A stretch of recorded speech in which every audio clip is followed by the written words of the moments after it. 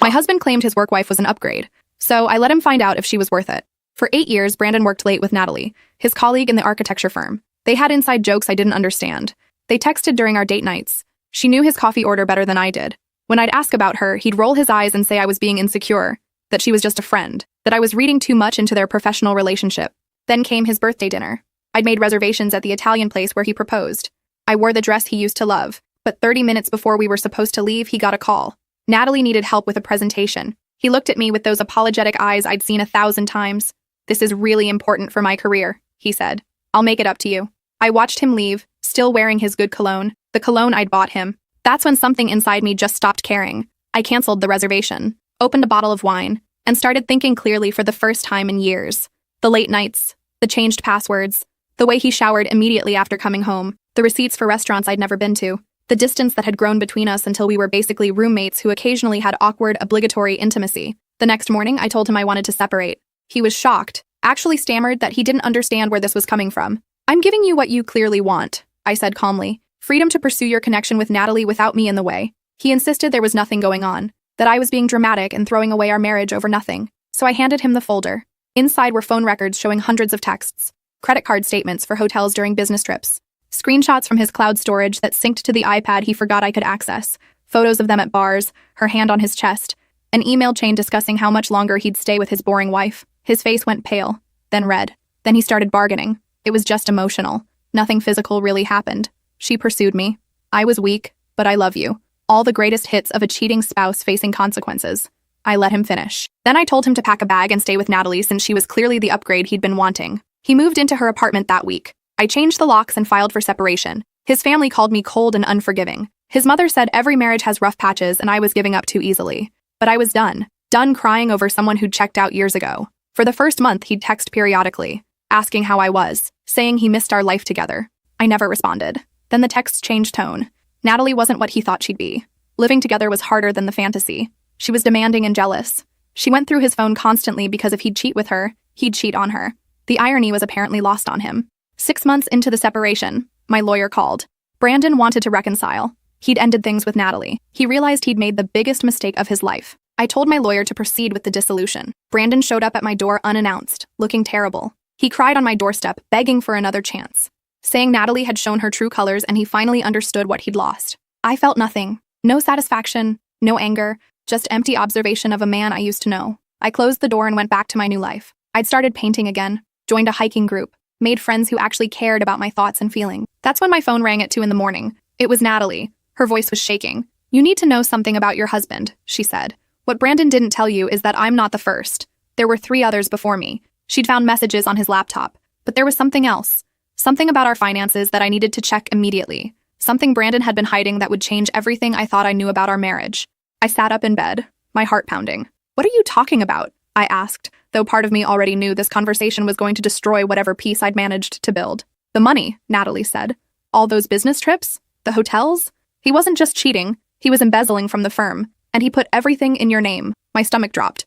"What do you mean in my name?" She explained it quickly, her words tumbling over each other. Brandon had opened accounts using my information, shell companies registered to our home address. The one I still lived in, the one that was technically still in both our names until the dissolution finalized. He'd been funneling money from client accounts for years, and when the firm started their audit last month, he'd made sure every trail led back to me. "Why are you telling me this?" I asked. "You were sleeping with my husband. Why would you help me now?" "Because he did the same thing to me," she said quietly. "I just found out tonight. He opened credit cards in my name, took out loans. I'm ruined. And when I confronted him, he laughed and said I was collateral damage. That's when I started digging and found everything about you." I hung up and immediately opened my laptop, started searching for my name combined with business registrations. And there they were, 6 companies I'd never heard of, all listing me as the primary owner, all with bank accounts showing massive deposits and withdrawals, my social security number, my signature, forged but close enough that anyone would believe it was mine. I spent the rest of that night documenting everything, screenshots, downloads. By sunrise, I had a file folder 3 inches thick. At 9 a.m., I called my lawyer. By noon, I was sitting in a conference room with 2 FBI agents who specialized in financial crimes. They already knew about Brandon. The firm had reported the embezzlement 2 weeks ago. They'd been building a case, but they'd been looking at me as a co-conspirator. The accounts were in my name. The house where the shell companies were registered was my address. From their perspective, I was either involved or criminally negligent. "I'm the wife he's divorcing," I said. "I haven't had access to our finances in over a year. He controlled everything. The older agent, a woman named Patricia, studied me carefully. Can you prove that? I pulled out my own folder, the one I'd assembled when I first suspected the affair. Bank statements showing Brandon had removed me from our joint account 6 months before I filed for separation. Emails where I'd asked about our finances and he'd told me not to worry about it. Screenshots of changed passwords. A paper trail of financial abuse I hadn't even realized I was documenting. Patricia's expression shifted. This helps, she said, but we'll need more. Over the next 3 weeks, I gave them everything. I met with forensic accountants who compared my spending patterns to the shell company transactions. I took a polygraph test. I handed over my computers, my phone, every device I owned. I sat through interview after interview, recounting every detail of my marriage, every red flag I'd ignored, every moment I should have questioned Brandon's behavior. My sister thought I was crazy for cooperating so fully. You need to protect yourself, she kept saying. Get a criminal defense attorney. Stop talking to them. But I knew I was innocent. And more than that, I was furious. Brandon hadn't just cheated on me and broken my heart. He'd tried to destroy my entire life, frame me for his crimes, leave me holding the bag while he disappeared with money he'd stolen. The FBI found him 3 weeks later. He'd been staying with his college roommate in Vermont, planning to flee to Canada. When they arrested him, he immediately tried to cut a deal, claimed I was the mastermind and he was just following my instructions, that I'd seduced him into the scheme and then filed for separation to distance myself when things got hot. Patricia called me personally to tell me. She said it with disgust in her voice. He's desperate, she said. None of it holds water. Your story checks out completely. His doesn't. But the damage was done. My name was in the news. Local reporters found the court documents and ran with the story. Wife of embezzling architect faces fraud charges. It didn't matter that I hadn't been charged with anything. The headline was enough. I lost my job. My boss said it was about company image and liability. I lost friends who believed the whispers that I must have known something. I watched my reputation crumble in real time on social media, where people who'd never met me debated whether I was complicit or just stupid. My mom called crying. How did we not see this? She kept asking. How did he fool all of us? The truth was, Brandon had always been charming, good at reading people, good at saying exactly what they wanted to hear. He'd love-bombed me in the beginning, made me feel like the center of his universe. Then slowly, methodically, he'd isolated me from friends who asked too many questions, made me financially dependent, convinced me I was overreacting whenever my instincts screamed that something was wrong. It's called coercive control, my therapist explained. He was grooming you for years, making you doubt yourself so you wouldn't question him. The trial took 8 months to start. In that time, I moved in with my sister. I couldn't afford my house anymore, couldn't afford much of anything. The legal fees were destroying me even though I wasn't the one being prosecuted. I had to hire my own attorney to protect my interests, to make sure the government understood I was a victim, not a perpetrator. I got a job waiting tables at a diner 40 minutes from where I used to live, far enough that I didn't run into people who knew me, who'd read the articles, who'd formed opinions about my guilt or innocence based on nothing but speculation. One night, a woman sat in my section. She looked familiar, but I couldn't place her until she spoke. I'm Natalie, she said quietly. My first instinct was to walk away, call another server to take her table. But something in her expression stopped me. She looked as hollow as I felt. I need to apologize, she said, for everything, for the affair, for not seeing what he was, for being so blind.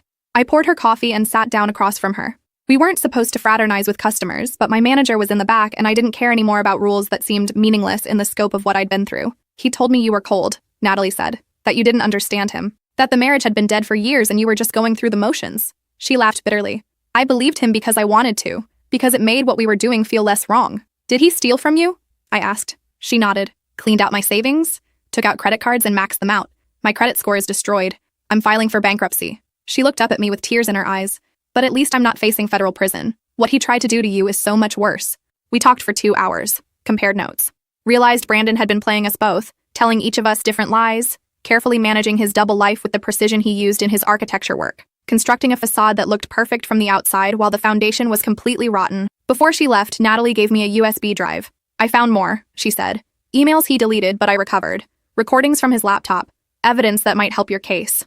Why would you help me? I asked again. Because we both deserved better, she said simply. And because letting him win feels worse than admitting I was wrong. I gave the USB drive to my attorney, who gave it to Patricia and her team. The contents were damning. Audio of Brandon talking to his college roommate about framing me. Detailed plans for how he'd escape to the Cayman Islands once the money finished transferring. Emails to other women, at least 4 more I hadn't known about, using the same lines he'd used on Natalie. On me. The trial was brutal. I had to testify. Had to sit on that stand while Brandon's attorney tried to paint me as a scheming gold digger who'd masterminded everything, who'd used my innocent husband as a pawn. The attorney was good, I'll give him that. He twisted my words, made my crying on the stand look like manipulation, suggested my cooperation with the FBI was just a calculated move to save myself. But the evidence was overwhelming. The forensic accountants testified that the pattern of transactions didn't match my behavior at all. My former colleagues testified that I'd been working 40-hour weeks at my regular job during times when someone was moving millions through the shell companies. Patricia testified about Brandon's attempt to flee, about his recorded confessions, about the mountain of evidence that proved he'd acted alone. The jury deliberated for 3 days.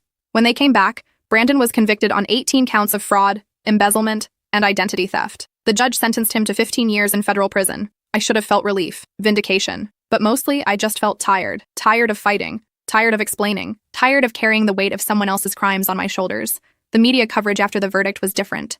Wife exonerated in embezzlement scheme, architect sentenced after framing spouse. But the damage to my reputation had already been done. Corrections never travel as far as accusations. People remembered the initial headlines, not the follow-up stories buried on page 6. I tried to go back to my old career, applied to dozens of firms, but a background check brought up the case, and even though I'd been cleared, hiring managers didn't want the liability. The association with scandal. I was toxic by proximity. So I stayed at the diner, worked doubles, saved every penny I could. My sister kept telling me to sue Brandon, to go after restitution, but what was the point? He had nothing left. The stolen money had been recovered and returned to the firm's clients. His assets had been seized. There was nothing to take. 6 months after the trial, I was walking to my car after a closing shift when a man approached me in the parking lot. I tensed, reached for my keys to use as a weapon, but he held up his hands. "I'm not here to hurt you," he said quickly. "My name is Victor. I'm a private investigator. I was hired to look into your case." "By who?" I asked. "A client who wishes to remain anonymous," he said. "Someone who believes you deserve compensation for what Brandon did to you. Someone who wants to help you rebuild your life." "I don't understand," I said. He handed me a business card. "There's a civil suit being filed against Brandon's former employer," he explained. "The architecture firm. They failed to catch the embezzlement for years. They had inadequate oversight. They created an environment where this could happen. My client believes they're partially liable for the damage to your life. I don't want to be involved in more lawsuits," I said. "I just want to move on." "This one is different," Victor said. "You wouldn't have to testify unless you wanted to. The attorney handling it specializes in these cases, and the settlement being proposed is substantial, enough to actually rebuild what you lost." I took the card but didn't commit to anything. I'd learned to be suspicious of anyone offering help. But that night, I looked up the attorney. Her name was Felicia, and she had an impressive track record of going after corporations for negligence. Real wins, not just settlements that were hush money. I called her office the next morning. Within a week, I'd signed on to the civil suit along with 3 other employees who'd been collateral damage in Brandon's scheme. People who'd lost their jobs, whose reputations had been destroyed, who'd been interviewed by the FBI as potential accomplices and cleared, but never really recovered from the suspicion. The firm fought it hard, hired expensive lawyers who argued they'd been victims too, that they couldn't have known what Brandon was doing, that he'd been a trusted employee for over a decade. But Felicia had done her homework. She found emails where senior partners had been warned about irregularities in Brandon's accounts, audits that had been delayed or ignored, a pattern of prioritizing profit over accountability. The case took 2 years to wind through the system. During that time, I kept working at the diner, kept seeing my therapist, kept rebuilding my life one small piece at a time. I'd started dating someone, a teacher named Dominic, who knew my whole story and didn't run away, who understood that trust was hard for me now, that I needed time and patience and proof that not everyone was hiding something. When the settlement came through, it was more than I'd hoped for. Not enough to erase what had happened, but enough to give me options, to pay off the legal fees that had buried me, to go back to school if I wanted, to start over somewhere new where nobody knew my name or my story. I split part of the settlement with Natalie. She'd never asked for it, never expected it, but she'd given me the evidence that helped prove my innocence. She'd lost everything too. When I showed up at her apartment with a check, she cried. "I don't deserve this," she said. "Neither of us deserved what he did," I replied. "But we survived it. That has to count for something." With the money, I moved across the country. Found a small town in Oregon where the pace was slower and people minded their own business. I bought a tiny house with a garden and a view of the mountains. Got a job at a nonprofit that helped women escaping financial abuse. Used my experience to help others recognize the warning signs I'd missed. Dominic came with me. We'd been together for a year by then, and he said he'd been looking for a reason to leave the city anyway, to start fresh somewhere quieter.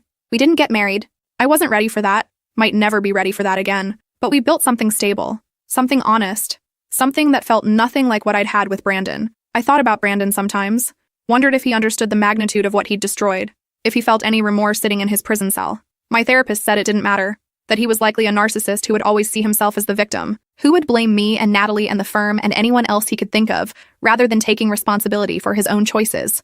3 years after the settlement, I got a letter from Brandon's mother. She apologized for not believing me, for calling me cold and unforgiving when I'd refused to take him back, for making excuses for her son's behavior instead of holding him accountable. She said she'd been going to therapy herself, working through her own patterns of enabling, learning to see Brandon clearly for the first time. I wrote her back, told her I appreciated the apology but that I'd moved on, that I didn't need her validation to know I'd done the right thing, that I hoped she found peace with whatever she was working through, My sister said I was being too generous, that Brandon's mother didn't deserve my kindness after how she'd treated me, but I'd learned that holding grudges only poisoned my own life. That forgiveness, when I could manage it, was more for me than for the people who'd wronged me. I still had bad days.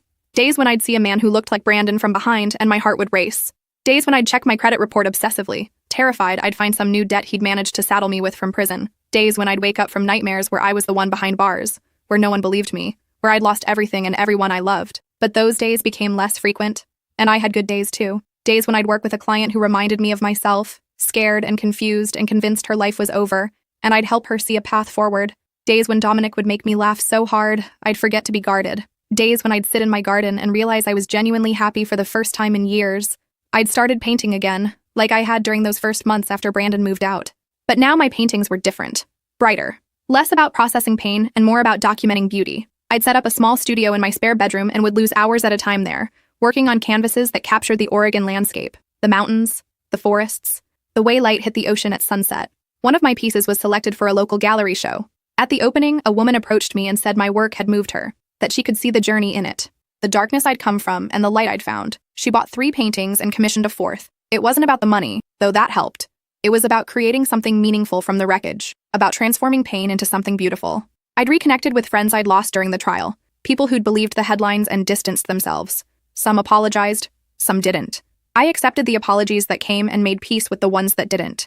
Not everyone was going to understand what I'd been through. Not everyone was capable of admitting they'd been wrong about me. My mom visited often. She'd retired and said she wanted to spend more time with family, to make up for the years she'd spent trusting Brandon instead of questioning why I seemed so small in my own marriage. We'd had hard conversations about it, about how she'd dismissed my complaints as normal marriage struggles, about how she'd told me I was lucky to have someone like Brandon who provided for me, about how she'd made me feel like I was the problem. She'd cried and apologized and promised to do better. And she had. She'd become my biggest supporter, my fiercest defender, when people still occasionally brought up the scandal. She'd learned to listen without judgment, to believe me without needing evidence, to trust my instincts even when they seemed paranoid. The nonprofit where I worked was small but mighty. We helped women untangle themselves from financially abusive relationships, taught them how to hide money safely, how to check their credit reports, how to recognize when their partner was opening accounts in their name, how to document everything in case they needed evidence later. I met women in worse situations than mine had been, women whose partners had destroyed their credit so thoroughly they couldn't rent an apartment, women who'd been arrested for check fraud their husbands committed, women who'd lost custody of their children because they couldn't afford lawyers, women who'd contemplated suicide because they couldn't see any way out.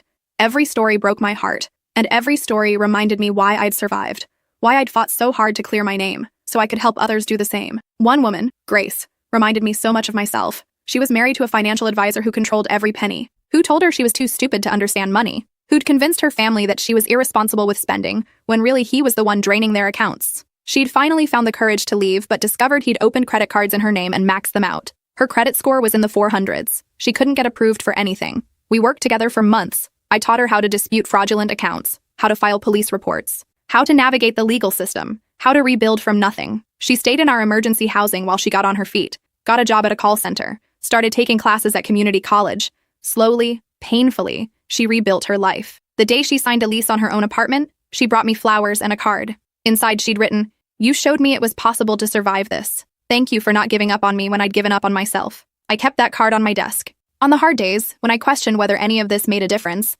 I'd read it and remember why I was doing this work. Dominic proposed on our 4-year anniversary. We were hiking in the mountains, just the two of us and miles of wilderness. He didn't have a ring, didn't have a speech prepared. He just stopped on the trail and said, "I know marriage is complicated for you.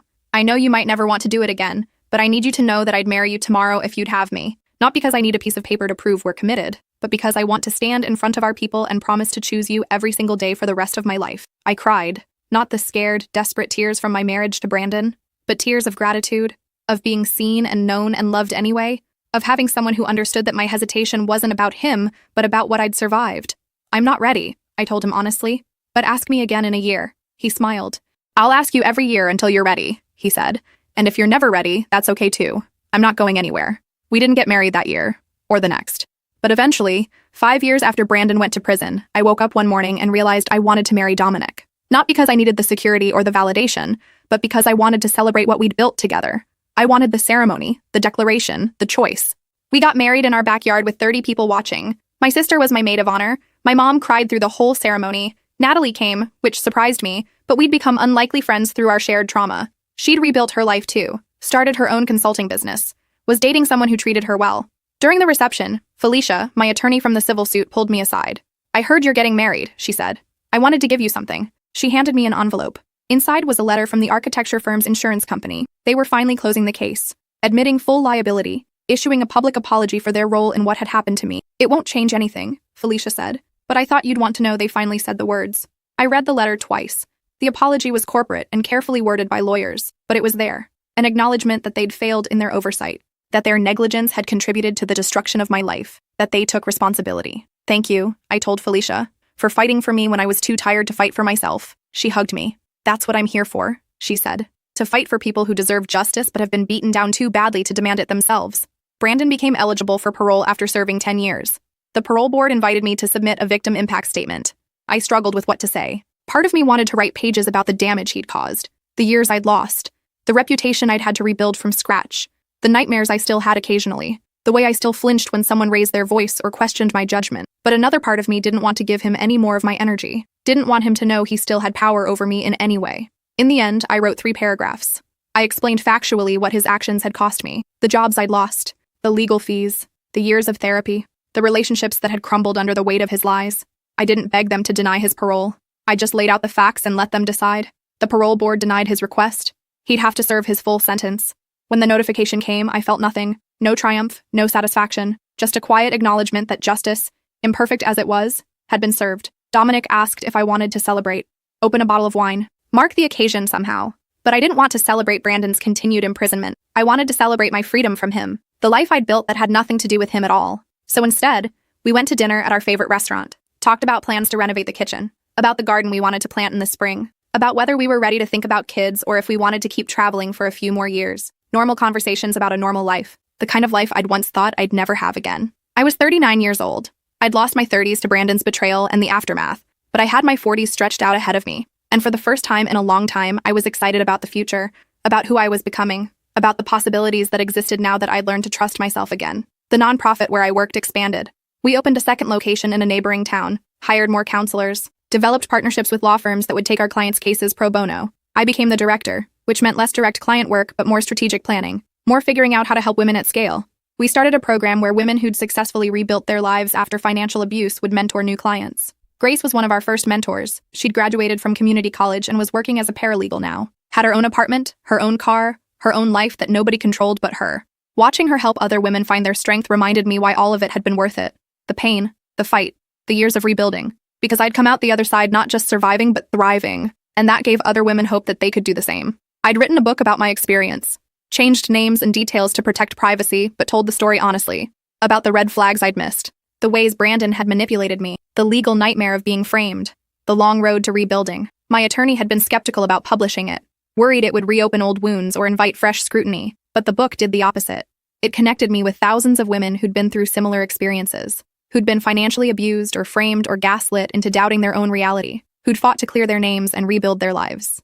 The reviews were filled with women saying they'd felt less alone reading it, that they'd finally had words for what had happened to them. I did a small book tour, spoke at libraries and community centers, met readers who'd driven hours to tell me their stories, to thank me for speaking up, to share their own journeys of survival and recovery. Every conversation reminded me that I wasn't special, that what happened to me happened to countless women every day, that the only difference was I'd had resources and support, and a little bit of luck that many women didn't have. Brandon wrote me a letter from prison. It arrived 3 months after my book was published. My hands shook when I saw his handwriting on the envelope. Dominic offered to read it first, to screen it for me, but I needed to do it myself. The letter was 5 pages long. He said he'd read my book, that parts of it were unfair, that I'd made him sound like a monster when really he'd just made mistakes. He said he'd been going to therapy in prison and realized he had narcissistic personality disorder, that it wasn't an excuse but an explanation. He said he was sorry for the pain he'd caused, but that I'd played a role too, that I'd been emotionally distant, that I'd driven him into Natalie's arms. By the second page, I was laughing. Even now, even after everything, he couldn't take full responsibility, couldn't admit that his choices were his own. He had to blame me for his affair, had to find a way to make himself the victim of his diagnosis. I burned the letter in our fireplace, watched the pages curl and blacken, felt a sense of closure I hadn't expected, because reading his words made me realize how completely I'd moved on, how little power he had over me now, how thoroughly I'd rebuilt myself into someone he couldn't touch. My sister got married. She'd been with her partner for 6 years and they finally decided to make it official. At the wedding, she asked me to give a toast. I talked about love that was patient, love that was honest, love that didn't require you to diminish yourself, I talked about how she'd supported me through the darkest period of my life, how she'd never doubted me even when it would have been easier to believe I'd been complicit in Brandon's crimes. My mom leaned over during the reception and said, "You've become so strong, stronger than I ever was." "I inherited that from you," I told her. "You just didn't realize your own strength until you had to use it." She squeezed my hand. We'd both grown so much. Both learned hard lessons about enabling and accountability and the importance of believing women when they said something was wrong. The nonprofit received a major grant, enough to triple our services, to hire trauma therapists and financial advisors and legal consultants, to open locations in 3 more cities, to develop a hotline for women who needed immediate help. We were making a real difference, helping hundreds of women every year escape situations that could have destroyed them. I hired Natalie as our financial literacy coordinator. She'd rebuilt her credit and her life, had become an expert on recognizing financial abuse and teaching women how to protect themselves. Some of our board members questioned whether it was appropriate given our history, but I knew her qualifications, knew her commitment, knew that sometimes the people who've been through the worst are the best equipped to help others navigate the same darkness. We worked well together, built programs that actually addressed the reality of financial abuse rather than just giving generic advice about budgeting. We taught women how to hide emergency money, how to open PO boxes for mail their partners couldn't intercept, how to get copies of important documents, how to quietly prepare for leaving without tipping off their abuser. One afternoon, Natalie and I were reviewing applications for our emergency housing when she looked up and said, "Do you ever wonder what would have happened if we'd talked to each other first, before everything exploded?" I thought about it. "If you'd called me to ask about Brandon instead of just believing his lies?" She nodded. "Honestly," I said, "I probably wouldn't have believed you. I was so deep in denial about the state of my marriage. I'd convinced myself everything was fine because the alternative was admitting I'd wasted years on someone who didn't value me." "We were both so young," Natalie said. "Not in age, but in experience. We thought love was supposed to look like what we had with him. Now we know better," I said. "And we're teaching other women so they don't have to learn the hard way." Dominic and I decided not to have kids. It wasn't an easy decision. We'd gone back and forth for years. Part of me wanted them, wanted to prove I could build a healthy family, could break the cycles I'd seen growing up and in my marriage to Brandon. But another part of me knew I was happy with our life as it was, with the flexibility to travel and work intensely and focus on the nonprofit, with the peace that came from not having to worry about protecting children from someone like Brandon. We became the cool aunt and uncle to my sister's kids instead, took them on adventures, taught them about consent and boundaries and standing up for themselves, made sure they knew they could always talk to us if something felt wrong, even if the adults in their lives were telling them it was fine. My niece at 8 years old told us about a boy at school who kept pulling her hair even though she told him to stop. The teacher said it meant he liked her. My sister had told her to just ignore him, but my niece knew that was wrong, knew that no one had the right to touch her without permission. We went to the school together. Dominic, my sister, and me had a very clear conversation with the principal about teaching kids that unwanted touching was never acceptable regardless of intent, that boys needed to learn to respect boundaries, not that girls needed to tolerate violation. The principal was defensive at first, but we didn't back down. By the end of the meeting, they'd agreed to revise their approach. My niece hugged me afterward. "Thank you for believing me," she said. "Always," I told her. "And if anyone ever tries to tell you that bad behavior is actually affection, you come talk to me." Those were the moments that made everything worth it. Knowing that the next generation wouldn't have to accept the same treatment we'd normalized, that they'd have language for abuse and manipulation, that they'd know their instincts were valid. I turned 45, had a small party with close friends, people who'd stood by me through everything, who'd believed me when others hadn't, who'd helped me rebuild. I looked around the room and realized every person there had taught me something about resilience, about the difference between being kind and being a doormat, about protecting yourself while staying open to connection. We'd started a scholarship fund through the nonprofit for women who'd escaped financial abuse and wanted to go back to school but couldn't afford it. The first recipient was a woman named Bridget, who'd been married to a banker who'd ruined her credit and stolen her inheritance. She was studying accounting, said she wanted to help other women understand money so they could never be controlled the way she'd been. At the scholarship ceremony, Bridget gave a speech. She talked about feeling hopeless, about thinking she'd never recover from what her ex-husband had done, about finding the nonprofit and slowly, piece by piece, rebuilding her life. She thanked me by name, said I'd shown her it was possible to not just survive but thrive after betrayal. I cried through her whole speech because I remembered being where she'd been, remembered thinking I'd never be okay again, remembered the people who'd helped me, and how desperately I'd needed to believe their promises that it would get better. Brandon was released from prison after serving his full 15-year sentence. I got a notification from Victim Services. They offered me resources if I felt unsafe, asked if I wanted a restraining order. But I didn't feel afraid of Brandon anymore. He was 62 years old, broke, unemployable with a federal fraud conviction. He'd lost everything that mattered to him, his career, his reputation, his freedom. I heard through mutual acquaintances that he'd moved to a halfway house in Ohio, was working at a warehouse, looked old and tired and bitter. Part of me felt sorry for him, for the life he'd destroyed, not just mine, but his own, for the person he could have been if he'd made different choices. But mostly I felt grateful I'd escaped, that I'd had the strength to leave when I did, that I'd fought for my innocence and won, that I'd built something meaningful from the rubble of my old life. Dominic asked if I wanted to move now that Brandon was out. Start fresh somewhere he couldn't find us. But I didn't want to run anymore. This was my home, my community, my life. I wasn't going to let Brandon's release change any of that. We did take a vacation, though, 3 weeks in Italy, something we'd been planning for years but kept putting off. We ate our way through Tuscany, wandered through Florence and Rome, stood in front of the Sistine Chapel and felt overwhelmed by the beauty humans could create when they chose art over destruction. On our last night in Venice, we were sitting at a canal-side restaurant when Dominic raised his glass. To surviving, he said. To rebuilding. To choosing joy even when life tries to convince us we don't deserve it. I clinked my glass against his. To second chances, I added. To becoming the person I was always meant to be. Looking back, I could trace a line from that birthday dinner Brandon had abandoned to this moment in Venice. From the woman who'd made excuses for her husband's behavior, to the woman who'd built a nonprofit helping others escape similar situations. From someone who doubted her own instincts, to someone who trusted herself completely. The journey hadn't been linear. There had been setbacks and relapses.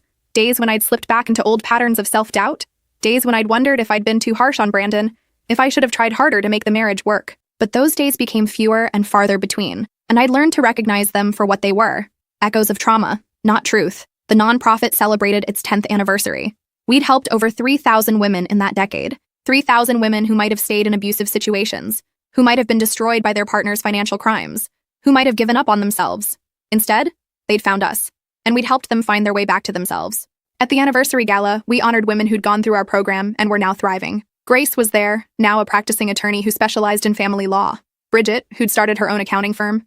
Dozens of others who'd transformed their pain into purpose. One woman approached me during the cocktail hour.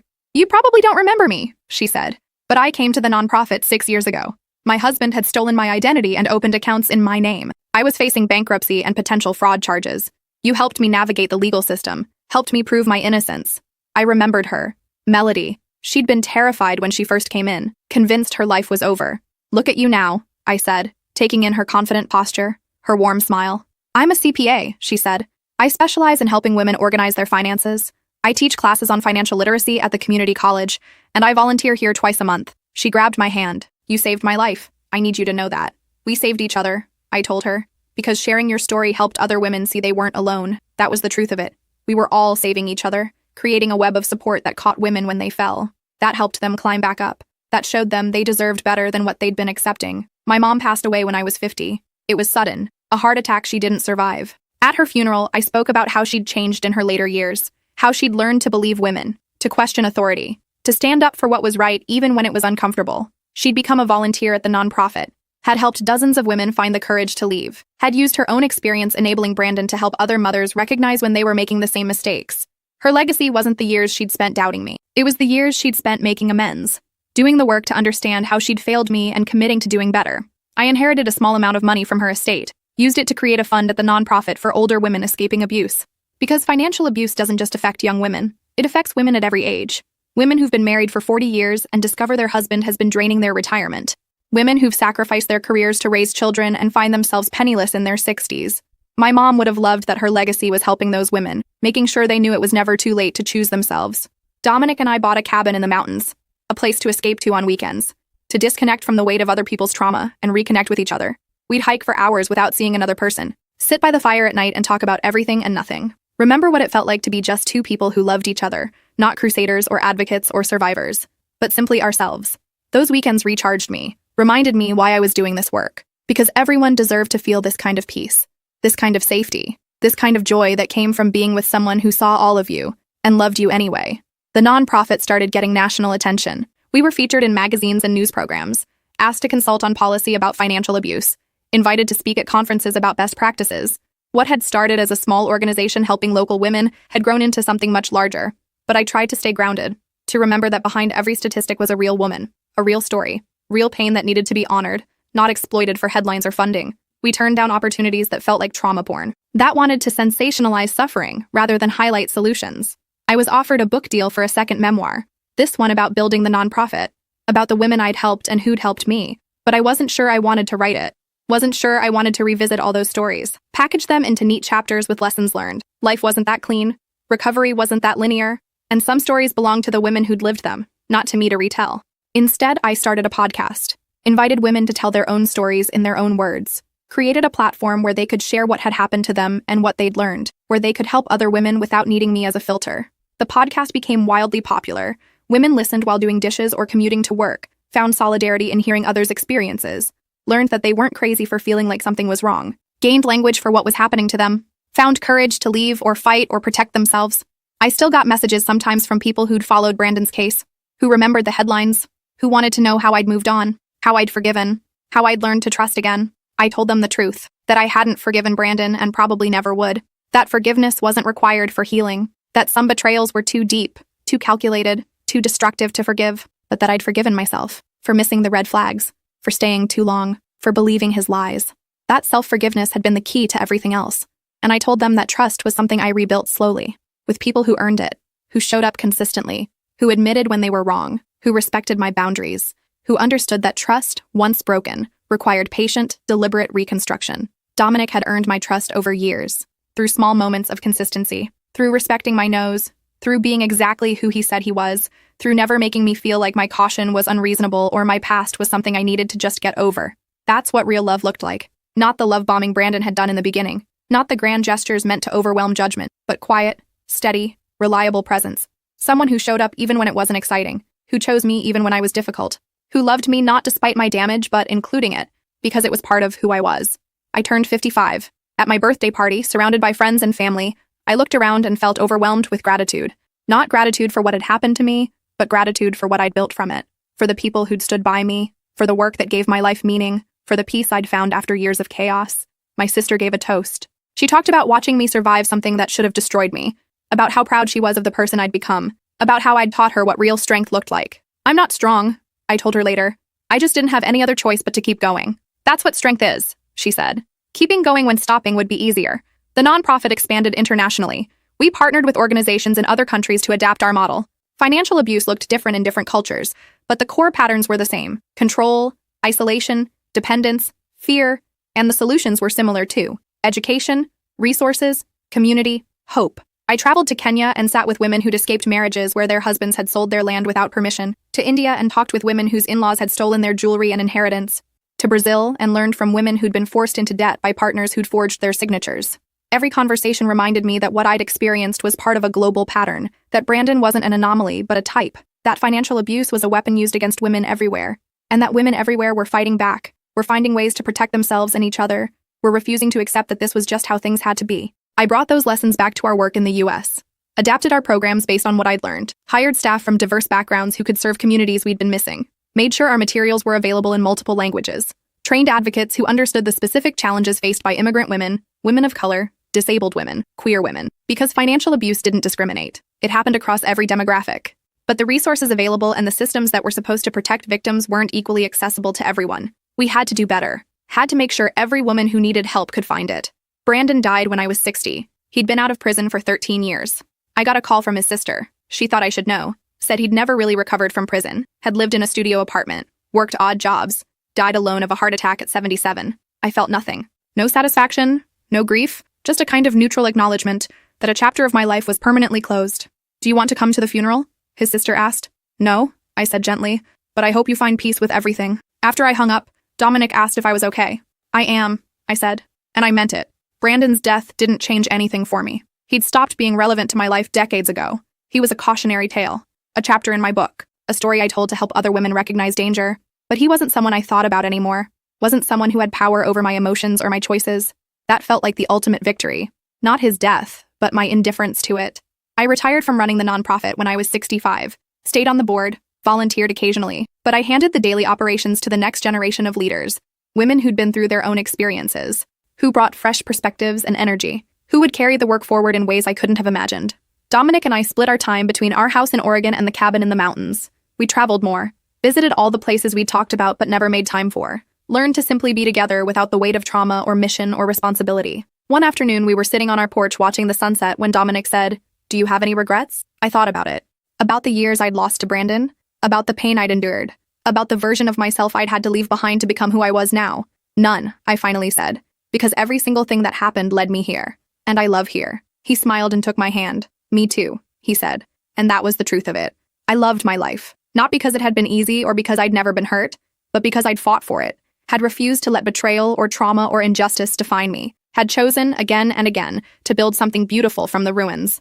I'd helped thousands of women do the same, had created systems and programs and communities that would outlast me, had changed laws and policies and cultural narratives about financial abuse, had made it just a little bit easier for the women who came after me to escape and recover and thrive. Looking back at that birthday dinner 35 years ago, when Brandon had left me sitting alone at our table, I could finally see it for what it had been. Not the end of my life, but the beginning, the moment when everything changed, when I stopped accepting less than I deserved, when I started choosing myself. My husband had claimed his work wife was an upgrade, and in a way, he'd been right, because his betrayal had forced me to upgrade myself, to become someone stronger, wiser, more compassionate, someone who used her pain to help others, someone who built a legacy that mattered. So I let him find out if Natalie was worth it, and in the process, I found out that I was worth so much more than either of them had ever recognized. That was the real ending to the story. Not revenge or reconciliation, but reclamation, taking back my life and making it into something better than anything I'd lost.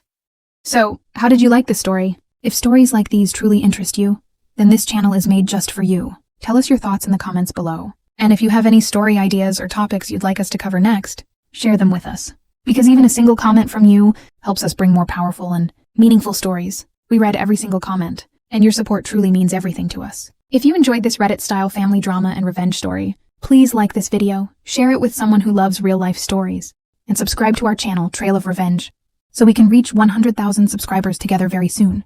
Don't forget to turn on the notification bell, so you never miss a new powerful story from Trail of Revenge. Thank you so much for watching. Take care, have a wonderful day, and we'll meet again in the next video with another unforgettable story.